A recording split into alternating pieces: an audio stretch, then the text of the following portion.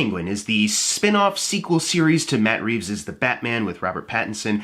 This one once again has Colin Farrell returning to the role of Oswald Cobb. Not Cobblepot, because that last name is not serious enough. But this does take place like immediately after the events of the Batman. The city has been flooded. Certain sections of the city are in disrepair. The criminal underworld has a power vacuum since Carmine Falcone is dead. People are struggling for that power. Just crime, gangs are running amok. The people on the Falcone side are still trying to figure out how they're going to manage things. There are still some of Maroni's people out there. And then you have Oz, who's kind of in the middle of all this. He kind of sees an opportunity for himself, and he is the kind of guy who is willing to do whatever it takes to get to the top. And that's the show. I was really excited for this. As someone who really loved what Matt Reeves did with The Batman, I was really excited to see what else they could do with this world. Matt Reeves is a producer on this. I believe he did not direct a single episode. This was created and developed by Lauren LaFranc. So a lot of the praise the show has been getting should probably be more directed at her. Not that Matt Reeves didn't,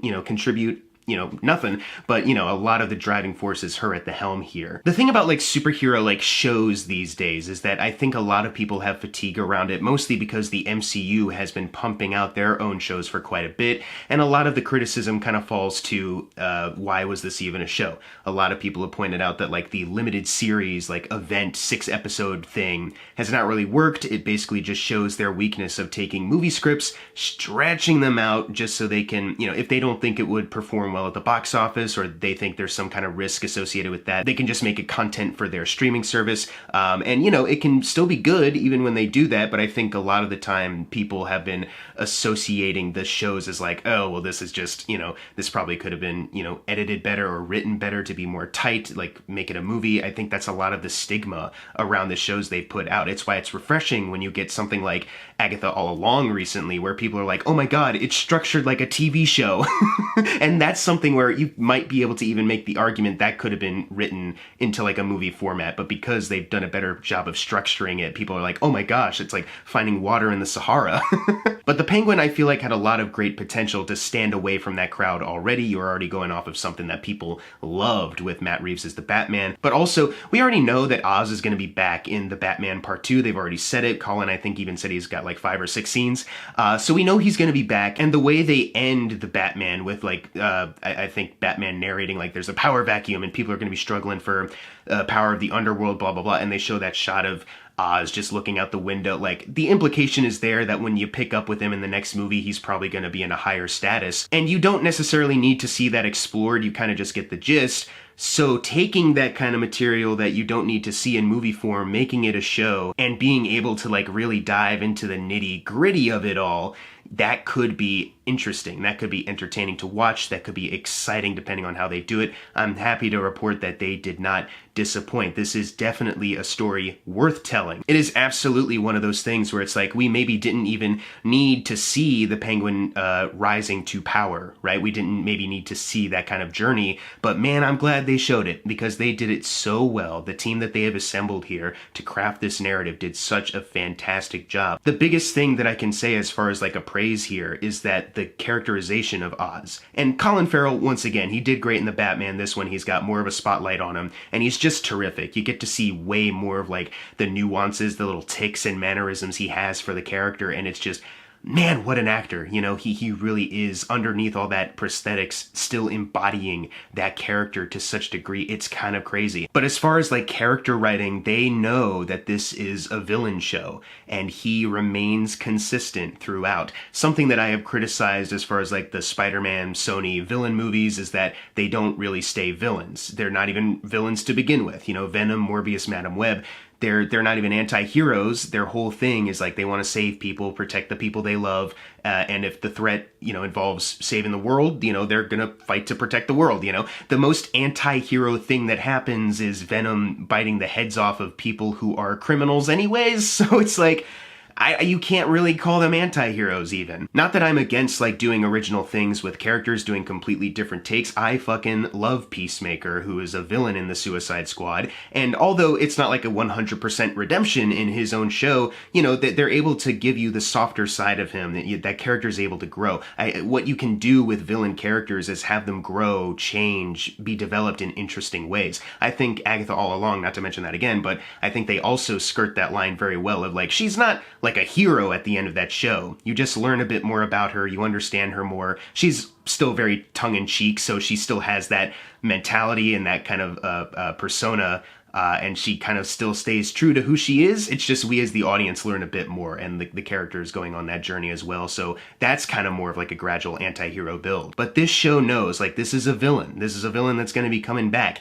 He is not developed even to be like an anti-hero, like, well, yeah, I'm doing this bad stuff, but it's for the people. Like, whenever they bring that up, it's kind of like shown like, no, that's just what, you know, he's gonna tell other people he's doing. He is all the way through the entire series, this immoral, depraved, sick fuck. And it's a better show for that. There's constantly so many parts throughout where I was like, God damn, you know, where I was just like, man, this guy is one piece of work. It's not something where like they give him a bad thing to do like midway through and it's this big thing and then they just kind of, you know, peter out, or they save it all for the end, this bombastic end. Throughout the show, I'm like, God damn, he really did that, didn't he? Of course he is. You know, of course he's this slippery guy. Of course he's been this calculating. It all makes sense. He's this cold. He is a monster all the way through, and that creates a more compelling and riveting story. I wish people, at least on the Sony side, would understand, like, this is what you could be doing. Like, this darkness, people want to see that when you make something about villains. And I really love this show, and Colin Farrell is able to handle it so well. You know what kind of show it is when the antagonist, Sophia Falcone, played by Krista Milotti, doing some incredible work, by the way. She is only the antagonist of this show because she has been wronged by her family's criminal lifestyle. She has this mindset of she wants to get some kind of justice. She wants something in return for how she's been wronged, and she wants to dismantle this criminal underworld in some way, shape, or form, and eventually, of course, has her sights set on Oz as someone who has betrayed her. In other words, she is the villain because the actual villain has a problem with her wanting revenge against him, and that's just such a great dynamic to see how that plays out, how they work off of each other. It's a character that you can't help but start to root for because you're like, yeah, this is someone who, you know, she's been messed up because of how her family has treated her, this backstory that they reveal in episode 4, which is fantastic work, writing work. It's amazing. And I've already mentioned Krista Milotti, but like, she is just so striking. You know, her eyes just pierce through your soul. And at first, it's like they use that to like kind of disarm you, like, oh, she's crazy, she's fucking crazy, look at her big eyes. But then as it goes on, it's like, no, there's like a sadness and like a tragedy behind them as well. This is all a front she's doing. And like, this is how she's been able to survive. She's had to harden herself. But, you know, the eyes still kind of pierce you and make you think about her backstory. It's really great work, writing perspective and from the acting perspective. It's crazy. But I do love how they've created this character where you start to realize, you know, despite, you know, some of the, you know, bad things that she does, like there is still like a bit of like a morality to her. And of course, why wouldn't you want to root for that when the main guy, even though he's the lead, is so fucking villainous. But they also do a good job of like making him funny. Not that this is a comedic show. It just has moments of just levity because he is who he is. It's like, well, you know, he's this kind of character. Of course he would start complaining about the amount of pickles on his sandwich or like the drivers around him. You know, it has its moments of comedy, but it is a very dark, grubby, grimy show. You know, there's so many points where like an action sequence would start or just any kind of like moment of suspense. And there were parts where I was like genuinely like, I don't know who's making it out of here. Like, I already know that Colin Farrell will be back for more, so it's like, that's probably a safe bet, but they could do anything to him. You know, they could do anything to him though. I totally believe that. And everyone else, it's like, anyone could go. Anybody at all. And that is so great when you have created a show that has that level of tension throughout to really get you engaged. Because although, you know, you recognize, you know, the kind of plots that they're setting up, you know, the kind of story arcs that could go on, you never know when they might take a swerve and decide, no, this is how it ends, or this is where it was always going. But either way, it would probably work. So it keeps you guessing, you know, if you're playing mind games with the show like that. It's really great writing all around. They did a really great job of not just taking a movie concept and stretching it out. They make each episode a justified amount of time and a justified, story in and of itself. I also really love what they did with Renzi Feliz, who plays Victor in this show. We've seen a lot of comic book media lately where a hero will be partnered up with a kid, whether, it's Doctor Strange or it's Captain Marvel or Agatha even recently, or Shuri with Ironheart. We've seen that quite a bit. Hawkeye with Kate Bishop. And I've seen people point it out. It's not an original thought I'm having, but I just wanted to, illustrate that's kind of how a lot of people are feeling, kind of like how I feel. A lot of those like kid characters have like the same kind of personalities and kind of have like similar journeys in their own films. So it's like if people really want to see like a Young Avengers movie or show, how are they going to like differentiate them? Because they all kind of act the same. Like, how is that going to work? Something that I really love with what they do with like his like kid teen under the wing of the lead kind of dynamic is that it is so dark. Like I said, you see him go down this path of crime and he's entering more into this dark criminal underworld, and the Penguin congratulates him, and his way of congratulating him is telling him it gets easier. This is what you're supposed to do. This is all there is. And so there's moments of like companionship between these two characters and like, discovering, finding each other, supporting each other, loving each other.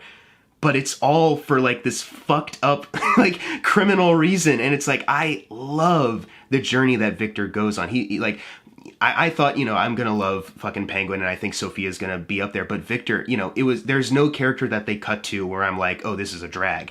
Every character has like a great stories, a great performer backing it up. They did a fantastic. I haven't even mentioned Deidre O'Connell yet, who plays Oz's mom in this. And when you first meet her, similar to what I said about Sophia, you think you kind of get her like, okay, she's got some like mental or like some health problems, but she does have a bit of like a attitude kind of way about her, like she's not going to be easy to push around. But then as the show goes on and they peel back the layers on that character, and even the performance, it kind of changes your perception. You start off thinking this one way about her, but then you just see like this tragic pain, this sadness backing it, and it's like, wow, like I was not really expecting them to go this deep with it. I don't know why, you know what I mean? But they really took me on a journey with these characters. Like I was completely engaged with them from start to finish. Everything about this show really, like from the acting, from the cinematography, the editing, action sequences, the music, which is not by Michael Giacchino because he did the Batman, but it's from, I believe his son, another Giacchino out there. It's another great score. It's not one, I think I was kind of worried about that when I heard it. I was like, okay, so is this like what, like leftover Giacchino? It's like,